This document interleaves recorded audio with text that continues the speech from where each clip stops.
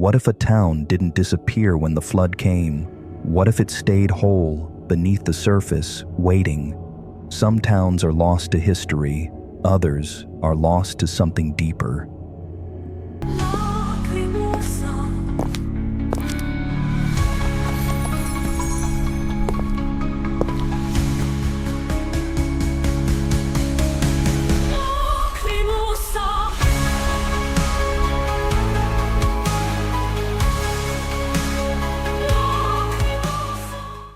In July of 2021, two experienced divers, Noah Talbot and Elijah Ray, set out to explore the depths of Lake Thorne, a remote glacial basin in Washington's Cascade Range.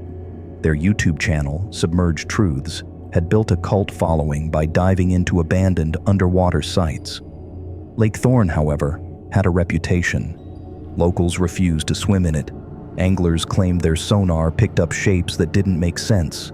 Rectangular, architectural. There were stories of a town called Whitlock that had been intentionally erased after a dam collapse in 1884. Official records denied it ever existed, but the nickname persisted, the Drowned Parish. Noah descended first while Elijah monitored from the boat. At roughly 80 feet, Noah encountered the unmistakable outline of a steeple, followed by rooftops and a submerged plaza. He surfaced shaken but excited. Footage confirmed there was a town down there, mostly intact, no visible rot, and unusually, no signs of aquatic life. The next morning, both men entered the water with full lighting rigs, mounted GoPros and safety tethers. They discovered a general store with stock still on the shelves, a blacksmith's shop perfectly preserved, a chapel, upright, intact, with its bell tower still casting a shadow through the silt. Inside the chapel, wooden pews, an open book on the altar, and wall-mounted portraits, all of which had their eyes scraped out. During exploration, both divers recorded low-frequency noise, not unlike human chanting, but distorted, nearly imperceptible. The footage also captured subtle movement inside the chapel, a feminine figure kneeling in the corner, motionless but preserved, too perfectly, still, upright, as though she had never drowned. Later image analysis revealed that the figure's eyes opened briefly in a single frame. After surfacing, the divers noted a discrepancy in their watches, nearly 2.5 hours lost. Environmental audio was silent. Their GPS logs corrupted. Most disturbing of all, the chapel footage refused to export.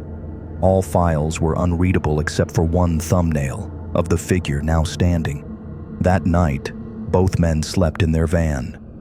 According to journal entries found later, they experienced identical dreams, floating underwater, breathing, surrounded by silent townspeople in 19th century clothing.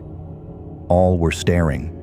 In each dream, Elijah described hearing a bell ringing from below. Against Noah's protests, Elijah dove one final time at sunrise, claiming he needed proof. 22 minutes into the dive, his tether line went slack. Noah dove in after him, following the line into the chapel once more. There, he found Elijah standing at the altar. Not floating, standing, eyes closed, arms raised. Behind him, more figures than before, lined in the pews, facing forward. As Noah attempted to pull him free, something shifted in the shadows. A limb, too long to be human, moved along the ceiling beams. Another slithered beneath the pews. Noah's tether line snapped. His lights cut out.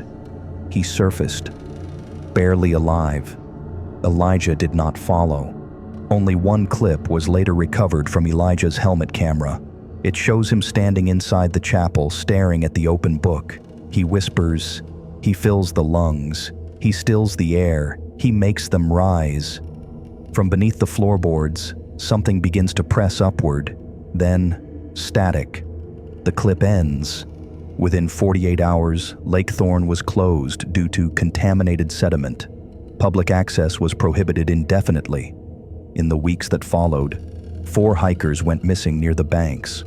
Rangers reported hearing submerged bells. A wristwatch matching Elijah's was found by a separate dive team, still ticking.